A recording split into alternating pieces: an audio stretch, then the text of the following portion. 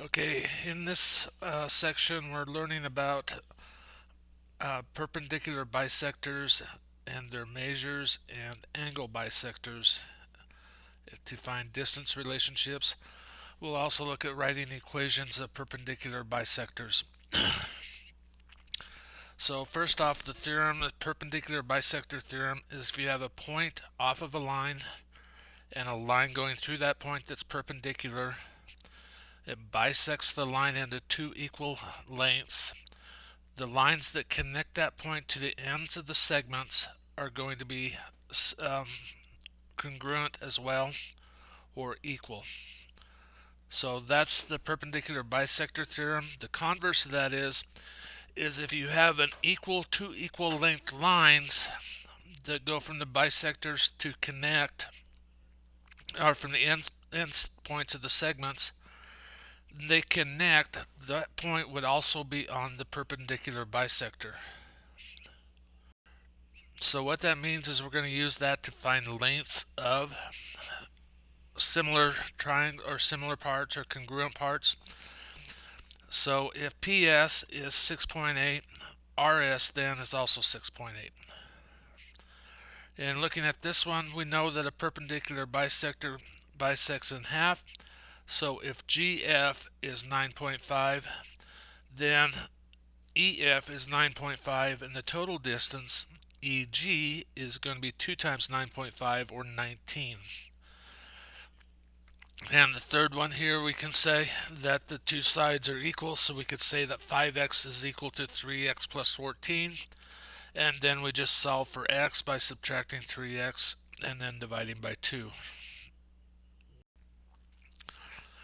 So we look at this situation, we can see from the drawing that the KL and LM on the top are congruent. They have the same lengths by the marking.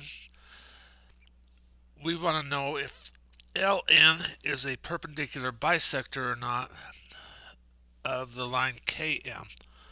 We cannot tell that from this drawing because we need to be able to see that it is perpendicular. And without science showing us that on our drawings, we can't assume that it is a perpendicular bisector.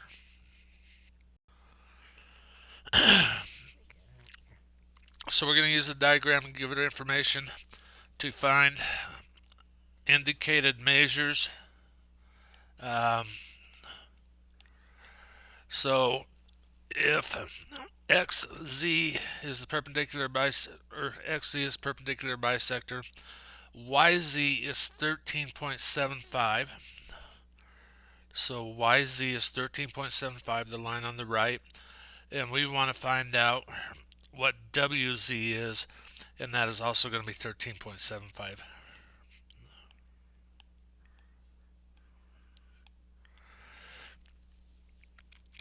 So WZ in this case is 4n minus 13, and YZ is n plus 17, and we want to find out what the length of those are. So we're going to go 4n minus 13 is equal to n plus 17.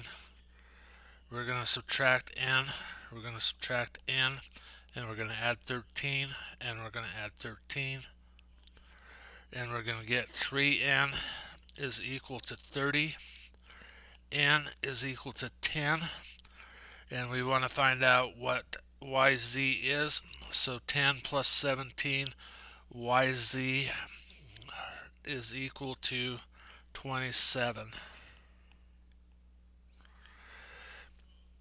Finally, we have, again, we want to find WX when WZ is equal to 20.5 and WY is equal to 14.8.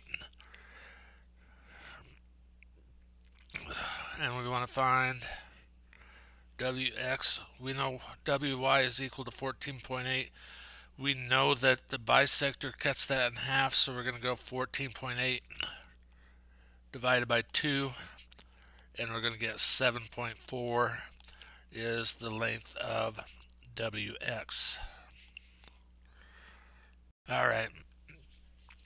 here we have the angle bisector theorems, meaning that if you draw a bisector is going to divide the angle into two equal parts.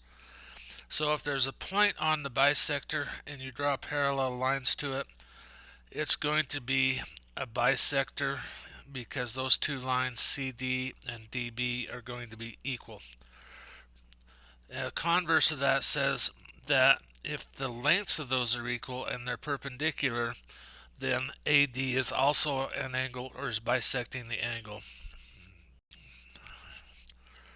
So looking at some problems here, we just simply have PS equals RS.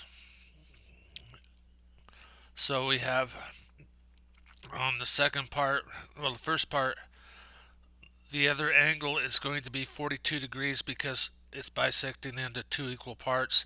So GFJ is equal to 42 degrees. On this one, we just have 5x equals 6x minus 5. Subtract the x, 6x over, you get negative x equals negative 5, so x equals 5. Good to work there. So here we're going to use this diagram and look for some information. We know that BD bisects triangle ABC, and DC is equal to 6.9, so we want to find DA. So DC is equal to DA. So DA is going to be equal to 6.9.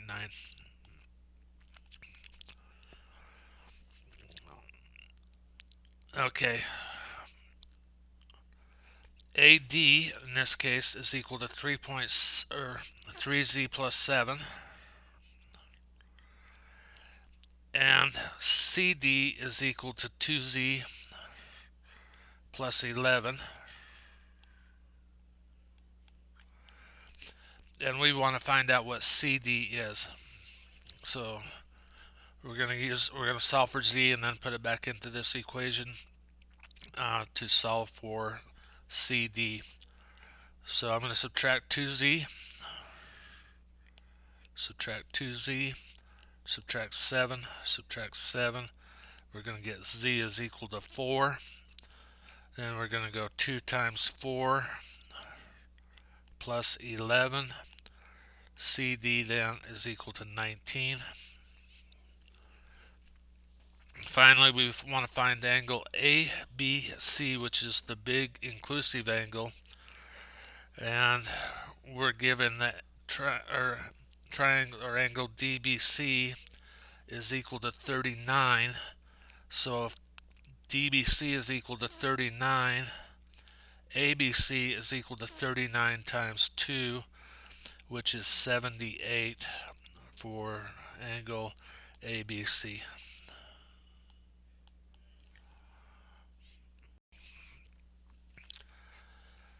In this example, we're finding the equation of a perpendicular bisector. Remember that perpendicular lines have negative reciprocals. So what they show as the steps to do this, they found the midpoint of PQ, which is basically averaging the x values to find the middle and averaging the y values to find the middle. That gives you the coordinates of the middle. They found the slope of that line is negative 1/3, meaning the slope of the perpendicular bisector is going to be 3, m equals 3. Then they used one of the points to put into the equation to solve for the y-intercept, which is b, and they got b is equal to negative 1. So first off, do we have enough information here to conclude that QS bisects PQK, or PQR, excuse me. So we know that we do have equal lengths, but we also have to have those shown as being right angles. So that one is not giving us enough information to conclude that it is a bisector. Write an equation of a perpendicular bisector of the segments with endpoints -1 and -5. So again, we're going to go -1 plus 3 divided by 2 is our x value, and -5 plus -1 divided by 2 is going to be our y value. So that's going to be -6 is going to be -3. This is going to be 2, 1, and 3 is going to be our midpoint of a bisector.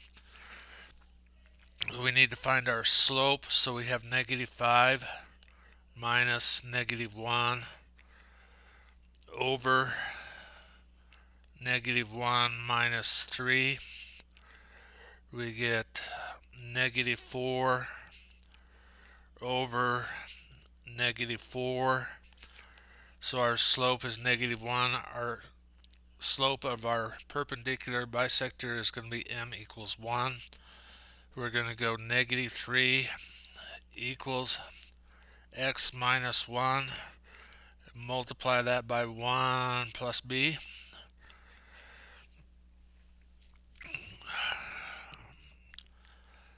And we get -3 equals x minus 1 plus b.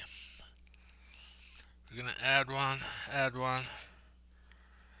and our b is going to be equal to 2. So we're going to have y equals x plus 2.